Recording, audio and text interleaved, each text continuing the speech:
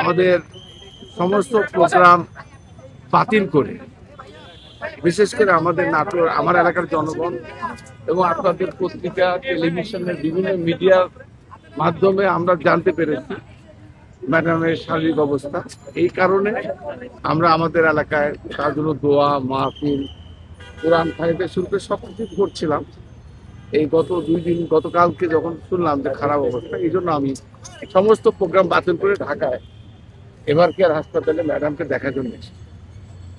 যেহেতু আমরা সবাই দুশ্চিন্তাগ্রস্ত, আমরা যেটুকু দেখলাম ওনাকে মানে কি বলবো, খারাপও বলা যাবে না, আবার ভালোও বলা যাবে না। পরিস্থিতিটা ভালোও বলা যাবে না, আবার খারাপও বলা যাবে না। আমরা আশা করছি যে আমরা আশা করি যে আশাবাদী মানুষ, আশা করি উনি অতি সুস্থ হয়ে, কারণ আমরা বিশ্বাস করি এই মুহূর্তে বাংলাদেশের ঐক্যের প্রতীক হচ্ছে বেগম খালেদা জিয়া। বেগম খালেদা জিয়াকে বেঁচে থাকা খুবই দরকার, এবং বাংলাদেশের মানুষ আজকে উনি অসুস্থ না হলে বুঝতাম না এদেশের মানুষ তাকে কতটুকু ভালোবাসে। সারা বাংলাদেশের মানুষ দল মত নির্বিশেষে তার জন্য দোয়া করছে। আমি আশা করছি বা আমরা বিশ্বাস করি উনি অতি সত্ত্বর সুস্থ হয়ে দেশের মানুষের সেবায় আত্মনিয়োগ। আমরা দেশবাসী খালি না, সারা বিশ্বের মানুষ এই চিকিৎসা এবং নেত্রীর এই স্বাস্থ্যগত বিষয় নিয়ে সবাই উদ্বিগ্ন, এবং আমরা জাতি আশা করে যে উনি এই সংকট থেকে বেরিয়ে আসবেন, সুস্থ হয়ে আবার আমাদের মাঝে ফিরে আসবেন। এবং আমরা যেটা মনে করি যে বাংলাদেশের মানুষের কাছে সবচেয়ে গ্রহণযোগ্য এবং জনপ্রিয় নেত্রী বেগম খালেদা জিয়া, এবং তার এই সংকটকালীন সময়ে জাতি তার পাশে দল মত নির্বিশেষে দাঁড়িয়েছে। এটাই আমাদের আশার বিষয় হচ্ছে মহান রব্বুল আলামিন এত মানুষের দোয়া নিশ্চয়ই কবুল করবেন, এবং আমরা আমাদের নেত্রীকে আবার আমাদের মাঝে ফিরিয়ে আসবো। এবং জাতি, সারা দেশের মানুষই মিডিয়ার দিকে তাকিয়ে আছে কখন আরও সুসংবাদ আসে। চিকিৎসা চলছে এবং এই চলমান চিকিৎসাই তার জন্য নতুন সংবাদ বয়ে আনবে বলে সবাই আশা করে। এবং দেশি বিদেশি চিকিৎসক, বিশেষ করে আমাদের জুবাইদুর রহমান এবং আমাদের ভারপ্রাপ্ত চেয়ারম্যান, উনি মনিটরিং করতেছেন। আমাদের আশার বিষয় হচ্ছে যে তাদের এই পরিচর্যায়, চিকিৎসার সেবায় তাদের যে মনিটরিং, এটা আরও বেশি গুরুত্বপূর্ণ।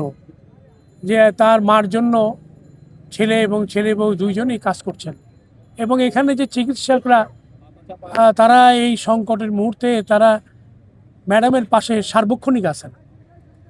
এবং আমরা সবচেয়ে গুরুত্বপূর্ণ হচ্ছে যে এভার কেয়ার হাসপাতালের সামনে উদ্বিগ্ন মানুষের যে ভিড়, তাদের যে কামনা, এবং এটি হচ্ছে জাতির জন্য আমাদের সবচেয়ে বড় প্রাপ্য।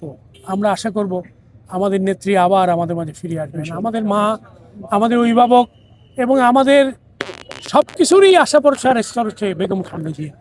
উনি হাসপাতালে আছেন এবং চিকিৎসা চলছে। দেশি বিদেশি সকল চিকিৎসকরা এটা নিয়ে কনসার্ন।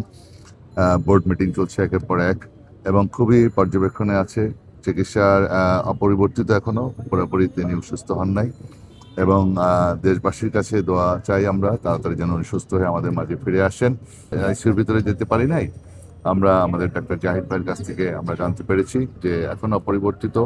সবাই মিলে আমাদের আমার নেত্রীর জন্য দোয়া চেয়েছেন এবং দোয়া করতে বলেছেন, এবং তার পরিবারের সদস্য আমাদের ছোট ভাবি শর্মিলা রহমান ভাবির সাথেও, শর্মিলা রহমান স্মৃতি ভাবির সাথেও আমার কথা হয়েছে, এবং উনিও ম্যাডামের অবস্থানটা আমাকে এক্সপ্লেন করেছেন, এবং তার কাছ থেকেও জানতে পেরেছি মোটামুটি গতকালকের চেয়ে একটু বেটার, আল্লাহ রহমতে।